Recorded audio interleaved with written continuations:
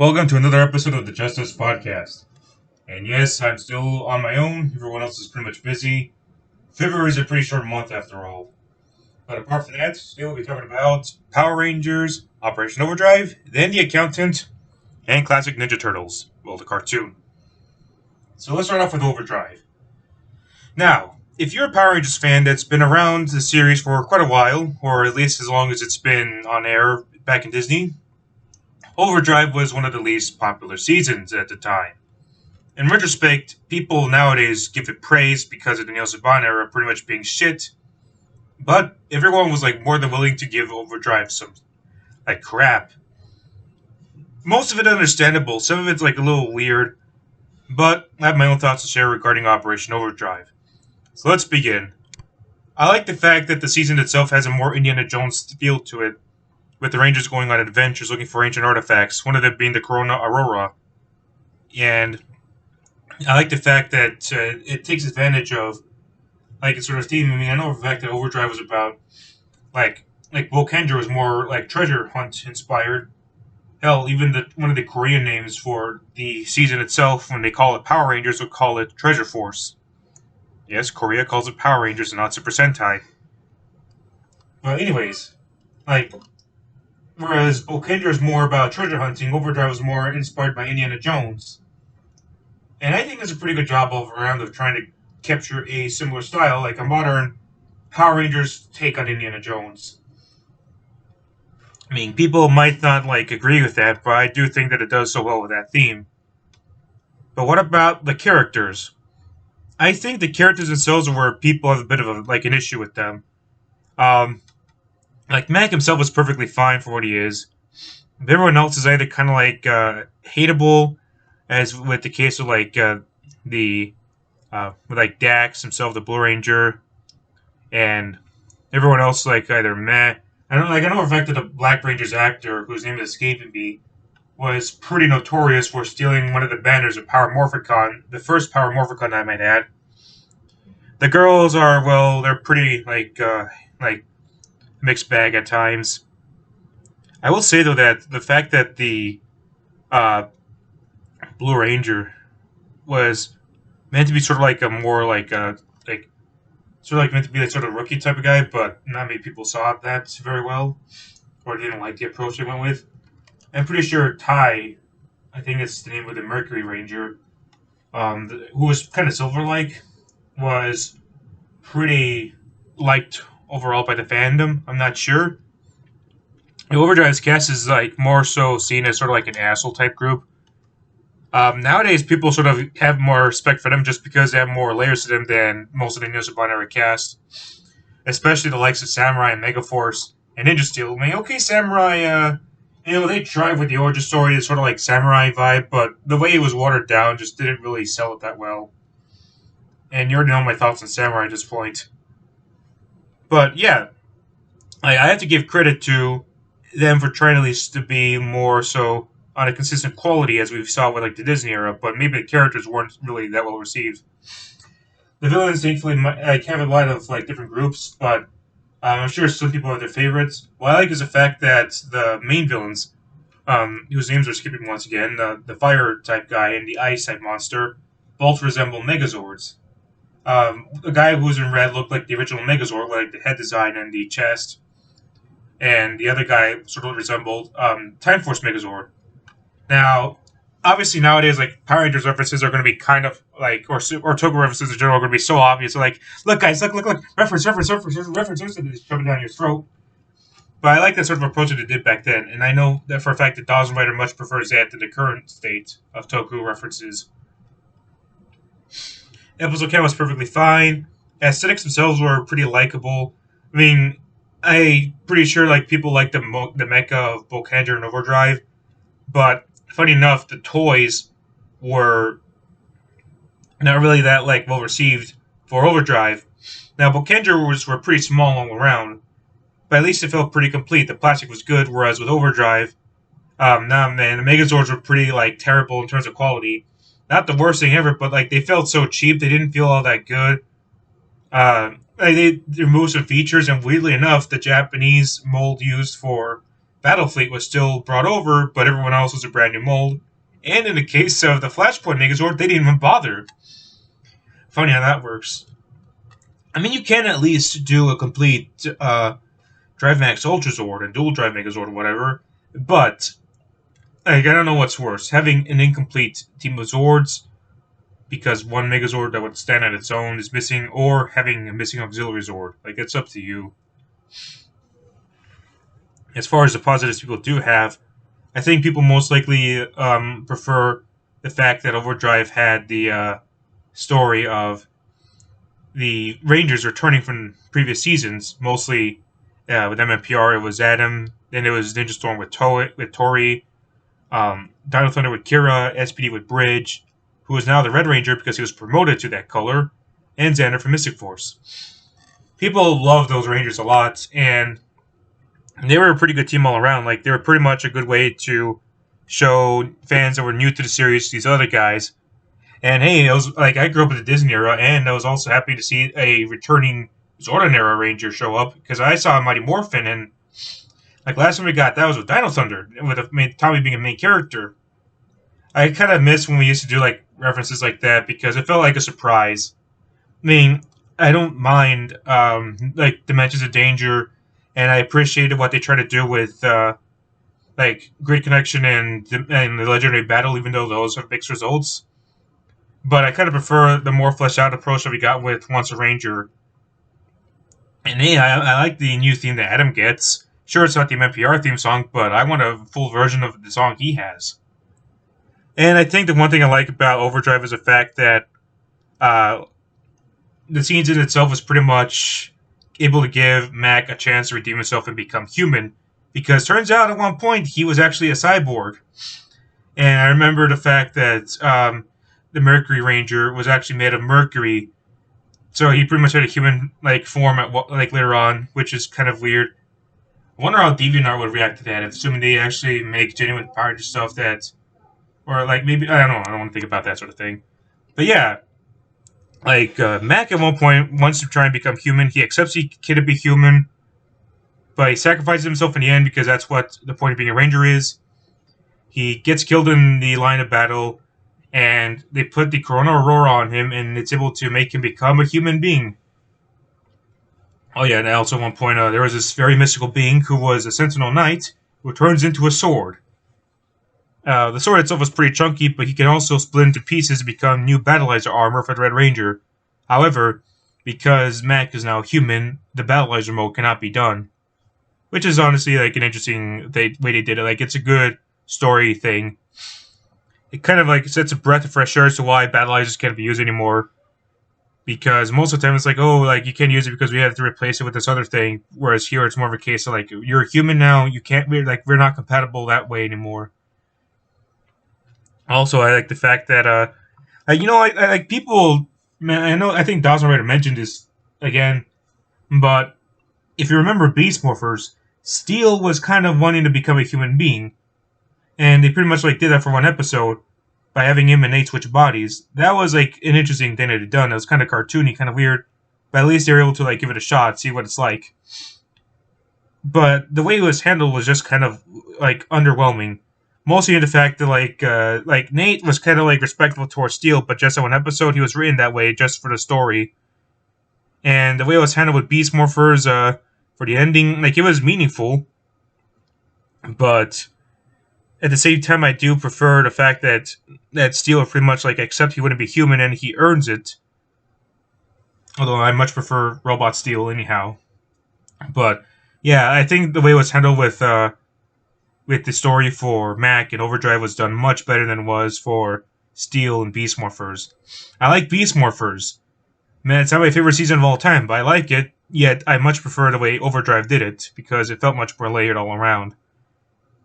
And that's one thing I gotta mention is the fact that Overdrive itself aged better because of the recent seasons of Power Rangers. Since Samurai, things have been watered down quite a bit. Between the writing, the acting, and the way fights were handled, like, sure, it's much nicer, it's in widescreen HD, but there's just something irreplaceable about the Zordon and Disney eras. We've seen the show grow from In Space to RPM, and I like the fact that we get things such as the more serialized or sci-fi feel within space, and the rest of the post-Jordan era, and the more action yet well-written stuff of the Disney era. Like those seasons had an identity to them beyond just using like their own original theme songs and having their own unique actors. Like those seasons just feel like Power Rangers, whereas the Neo Saban era and to some extent the Hasbro stuff feels more like it's Power Rangers that's stuck in the past. We have all these new suits and new characters, but for a decade they kept on going with things like Go-Go Power Rangers and trying to have Bulk and Skull type characters that aren't updated, having moral of the day stuff, and making the characters just feel like goody two shoes. We've moved on from that for so long, and I think that's one of the reasons why people like Overdrive more. And I shouldn't say I think, and I should probably say that I'm certain that's why. Yeah, it's probably concrete at this point because Overdrive definitely feels more like a good season than um, Super Mega Force Ninja Steel. But it's mostly because the characters just feel much better written overall and are not watered down significantly. I much prefer when we used to have like proper writing for Power Rangers, and even though Overdrive is kind of the weakest season, I much prefer that than it would anything we got in front of Neil Saban era. Honestly, I just hope we get something better from Hasbro because, like, we need a change up. Like, I don't think we're going to get anything that would probably be like, as memorable. I'm pretty sure there's going to be more articles that are notorious for things like, I mentioned stuff like SJWs or gender bending or woke stuff from certain articles, but I just want Power Rangers to be back in the writing style that we got back then. If not better, that's all I want. Overdrive itself isn't a perfect season, but at least it tried to be a much stronger approach on how to do Power Rangers in retrospect than the Neo Saban era. And that's just something that says a lot because Neo Saban era has definitely been pulled back for Power Rangers. Next up, it'll be The Accountant. Now, back in 2016, Ben Affleck was quite prominent in a couple of Warner Brothers released movies. Maybe he's in a couple other ones from other companies. I'll have to look back to that. But yeah, apart from being in the Batman v Superman movie, as well as having a cameo appearance in Suicide Squad, back when Warner Brothers actually showed that they give a fuck, or at least when the audience didn't know. That's a story for another day. We also had The Accountant, which was a movie that has him play a character known as Christian Wolf. Now, suffering from autism, he was pretty much left to stick around for certain things that relate to his sensory processing disorder. Yeah, it's kind of one of those things that is kind of like key to the movie. I have to say this right off the bat. Comparing this to like that Predator movie from Fox back in 2018, like at least with this, it was natural. Like at least the character was sort of like he says, oh, he just happens to be autistic, but it benefits him in a real possible way. Whereas the Predator movie made in 2018 used autism as like a plot gimmick more so, and it's just pretty like ridiculous, like weaponized autism. Like get the fuck out of here, Predator 2018 movie. Like anyways, yeah, like pretty much like Chris has a really rough life, which is kind of the case for most of the characters Ben Affleck plays. Um, Most notably Bruce Wayne and one of the characters he portrayed in The Way Back. He's now an accountant that lives in or works in Plainfield, Illinois. He's quite often involved with sort of like any sort of criminal enterprises, and it's a sort of like a typical like crime thriller movies. Where it involves like a character that's in a different environment that he's in, and you have characters that are like helping him be less of a fish out of water. He is involved with stuff like to go after any sort of like messed up secrets that any big corporations have. So normally in this case, Living Robotics, and they dub him the accountant, and he goes through all these like crazy things that would help him go up against the likes of other messed up people that probably fear that whatever he has will get them like in hot water and the like. But yeah, it's kind of like a pretty solid movie all around. I mean, you're not likely going to remember most of the character names, but what I do like is the fact that the cast is just done up so well. Like obviously Ben Affleck is an A star, like 4-star actor overall. Like he's just one of the best out there, and I love the fact that like he's pretty much one that takes the movie around with him. I mean, I don't think most movies probably had a scene to the ground if it wasn't for Ben Affleck, and mostly just for the cast. I mean, I'm pretty sure like if you had another actor with a similar physique or role that would go well with the character that he plays, perhaps. But there's just so much more identity with Ben Affleck's involvement with the movie, especially the fact that he's able to convince others with pretending to be autistic, as well as him being with other good actors. And thankfully, it's a time period where like the actors aren't just the main point. The main point is more so the story. The actors are like one of the parts of the spine of the movie. You also have yourself J.K. Simmons, who plays Raymond Ray King. And you know what's funny is the fact that like those two of all, any like DC fans back in 2016 would know these two and think, oh my god, this would be perfect for like they'll remind them of just like the hype that they had at the time for um, Ben Affleck's Batman movie back when people were pretty optimistic before we found out about all the shit Warner Brothers did. Yeah, like the account in itself is pretty much a great way for us to see how great the cast does when it comes to the movie. Like they're pretty much able to make it memorable when it comes to the way they let the scenes unfold, as well as the way certain characters um, are portrayed by the actors. Because, like I said, Christian Chris Wolf is not a pre-established character, but you get that sort of identity with Ben Affleck's role, thanks to the part that he himself is rather like he's best known for working with that sort of thing. And you compare him to like any other actor that would pretty much like play the role. I mean, if you this was the 1990s, it probably would have had like Arnold Schwarzenegger play the role. And you know that would probably work in the '90s, but I think Arnold Schwarzenegger doesn't quite capture that sort of like character that Ben Affleck was able to do, because the sort of character that the accountant Christian is Christian Wolf, Chris Wolf, not the religion or whatever.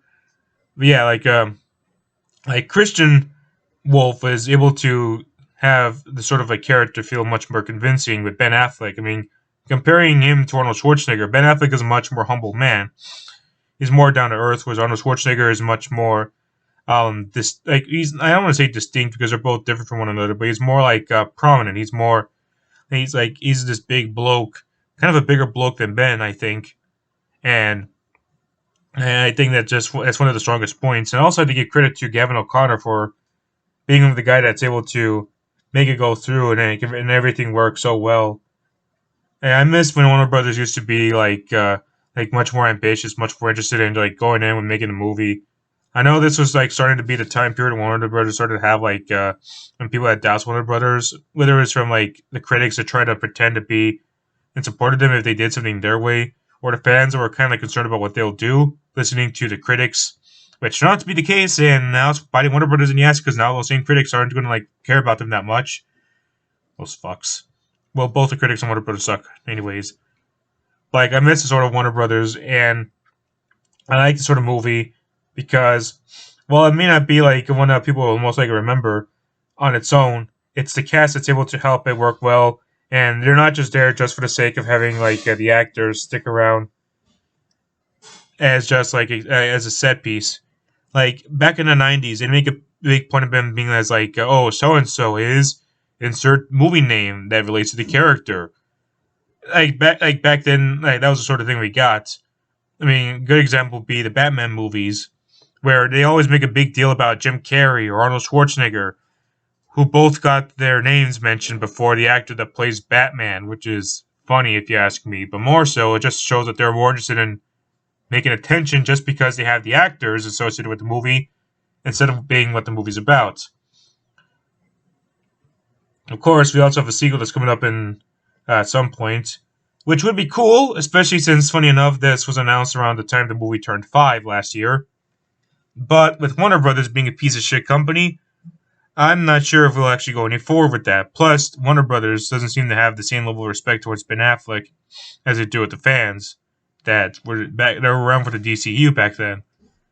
So we'll see how it goes. I just hope that the management of Warner Brothers manages to like the new management from Discovery does something with Warner Brothers because AT&T taking control was very short lived, and now we got to see what Discovery does. Hopefully, it won't last for 1 second because I do want to see the Accountant 2, and as much as I do want to see them actually do things like restore the Snyderverse and getting rid of the people that were pretty much involved with fucking up DC films.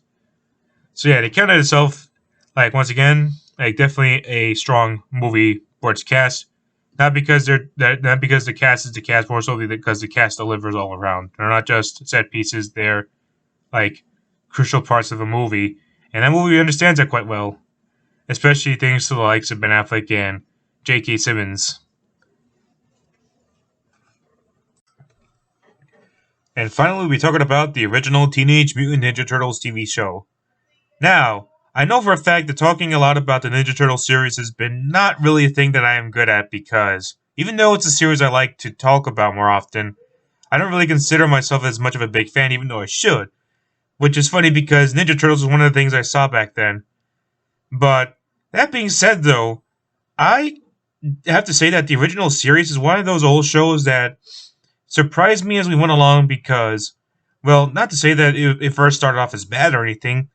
It's just that a lot of Ninja Turtles fans from the past always like to praise the show a lot more than it needs to, saying it's one of the best things ever. Or it's the only good thing of Ninja Turtles alongside the first movie from the past. Even though there's like other shows that are just as good, if not better, than the first one. Uh, which is funny too because like G1ers are already annoying enough as they are, but Ninja Turtles fans I think would always be like, oh, originals for the best. Although I have seen a couple of original Ninja Turtle fans actually like the newer stuff, which isn't a bad thing because unlike Transformers, which has lots of different incarnations and whatnot, Ninja Turtles mostly keeps itself as consistent. Most of the time it's always like different art style and whatnot. Whereas Transformers has like radical redesigns for characters, which either one is good enough as it is. Like both are good, no problems with one or the other. But the original Ninja Turtle series began very comedically. It's typical stuff like four turtles becoming these ninja warriors, raised and trained by Splinter. And later on, they go up against the likes of the evil Shredder and his own foot soldiers, which are very, very, very um, classic in terms of them just being more like robots and the like. Very outdated sort of stuff. It's very campy. Um, the Ninja Turtles TV show it deviates so very heavily from the comic books, which are much darker in tone. And I remember watching the special that had the Mirage comics as well as the 2003 Turtles and 1987 Turtles, where they all pretty much stick together and whatnot and team up. Like they proved themselves. One thing is the fact that um, they really do have lots of different ways of approaching themselves. Like the Mirage comics are very dark and very much inspired by Daredevil, whereas the the 80s series is much more campy, it's much more comedic. I mean, of course, you have to find a way to sell toys to children, and I do think they did a pretty good job with that as being a toy commercial. But that being said, though, like unlike G1, which had far too many characters, we do stick together with like the original cast, like Leonardo, Michelangelo, Raphael, Donatello. Uh, we have the likes of them having unique personalities. Like Donatello's very smart. Like Michelangelo's a party animal. Leonardo's the leader. Raphael's the aggressive one. Like this at this point. It's easy to like know Ninja Turtles at this point. I also like the fact that apart from Shredder, we also have Krang, who's pretty much like the guy who is like straight up doing everything, like in terms of like giving everybody what they need to do. Especially when it comes to the stuff from like getting everything from Dimension X, like the Technodrome. Like it's great stuff that we have in terms of having them just like be sort of like a versatile enemy threat and whatnot. And I also like the fact that we also have other characters like April O'Neil and, the other enemies like Bebop, Rocksteady, and the like. And generally speaking, it's always nice they try and switch things up with where they place the enemy's base, Technodrome. Especially when it comes to the fact that they usually go up against other enemies and also result in them getting into other messes at the end of every season. Surprisingly, though, I like it's the fact that later seasons, mostly Age of 10, actually change up the tone of the series, which surprised me to say the least. I mean, at this point, it was the 1990s. Like, the original series ended, around 1996, I think. So, definitely giving it a more comic book, more darker tone was a good idea. Because, as classic as the original Ninja Turtles were in terms of being cartoony and whatnot, very cutesy comedic, they definitely wanted to try and make themselves much more distinct from what we got before, and I like that. I like the new theme song as well. Sure, it may not be the sort of a catchy theme, but that people from the '80s grew up with. But I like the tone of it. I like the energy. I like how ready it is to just be kick ass. I like the fact that we get ourselves into different territory as well. Um, I hot take. The original Shredder sucked. He's always sort of whining whenever he loses, but now I kind of like him being much more threatening this time around because they deserve an upgrade. The Turtles are always winning, and I think making the villains threatening was just a good idea. It's kind of like how it's the opposite of going from Sad AM to the Adventures of Sonic the Hedgehog, where Sad AM was a very dark show, very emotional, not like Game of Thrones or anything. It's just like a darker, more mature kids show, whereas the Adventures of Sonic the Hedgehog was much more comedic. Yeah, we get a lot of stuff that was we mostly focus on the main cast, but at least it helped the tone and the story work much better. And it was great that we actually get to see both teams trying to make it most out of what they have in terms of getting against each other, whether it's the Turtles or the enemies of the likes of Shredder, Krang, and whatnot. They actually get defeated in season 8, but Lord Drag shows up in season 9, and I like the fact he was actually able to try and make everyone turn against the Turtles, and now we actually have a surprising form of the smear campaign being successful, especially when it comes to them them being seen as a threat, as well as the fact that they were accused of destroying the iconic Channel 6 building. And we also get a new additional friend in the form of Carter who tries to help them out, and unfortunately gets the disease that makes him a mutant. And of course, we also have the return of Shredder and Krang for season 10, and it was kind of definitely a bumpy ride in terms of not just exploded, more so just seeing what would happen because nobody expected them to nobody knows what will happen, and it was kind of great that we actually got to see it's sort of a huge battle between the Turtles, Shredder and Krang, and Lord Drag, especially when it comes to the fact that everybody was wondering how they're going to win, who will win, how will they win, and it was definitely kind of a great way for us to see how things would unfold. And yeah, it was kind of a great way to end off the series when it comes to using the last of their weapons and powers to go up against Drag. And he ends up being banished to Dimension X, which was pretty much a great way to end off on the season because I personally think that going with the same comedic campy tone for the original series for the first few seasons would have to end at some point. I'm thankful that after this, we actually get ourselves a pretty good way to change up the story after so many years with all the things that involved, the campiness and whatnot. And of course, the original Turtles will show up elsewhere and they still be comedic because That's what people remember most. But yeah, I was surprised to see that this show would actually change up because if there's one thing a lot of fans from the 80s and 90s don't like, it's change. And then I can relate to that as well. Like, I never liked the redesign Pac-Man got for the Ghostly Adventures in the party game from the 2010 year. But the fact that the Ninja Turtle series was willing to change in a time period where people likely jumped off the ship unless they were dedicated fans says a lot that the original Ninja Turtle series is way more than people say it is. Like, sure, people remember Ninja Turtles best for, like, Dominoes or the theme song or the campiness and all the catchphrases, but there's just something about the later seasons that make it very special. And thankfully, we get ourselves quite a varied tone of series. Like, I know for a fact the 2003 series, Scream 2003, and I love that one. And I also like the fact that Ninja Turtles afterwards managed to, like, have various tones apart from, instead of them just trying to capture the spirit of the 80s. Because they can already do that with, like, all the spin-off material that's meant to set into the 80s stuff, like the new game, which I believe takes inspiration from the 80s cartoon, except much more radical and violent.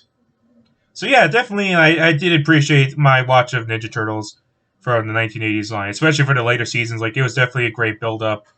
And yeah, I'd say it's one of the stronger 1980s cartoons. So if you want to watch it, definitely do so. I believe you can probably watch the series in full for perhaps you can probably watch it on Paramount Plus, maybe? Who knows? I mean, Nickelodeon is the current owner of the Ninja Turtles series, but it all depends on, like, if you actually do want to buy Paramount Plus or not. I mean, I'm not going to buy it just to watch a show that I could probably watch elsewhere, but you never know. So that concludes this episode. It was very short, but yeah, things have been pretty busy for me, so hopefully the next episode will be much easier to focus on. But until next time, I'll see you then. Take care. Wait, don't forget to subscribe. If you do, I'll give you a headbutt. That's Ogre for thank you.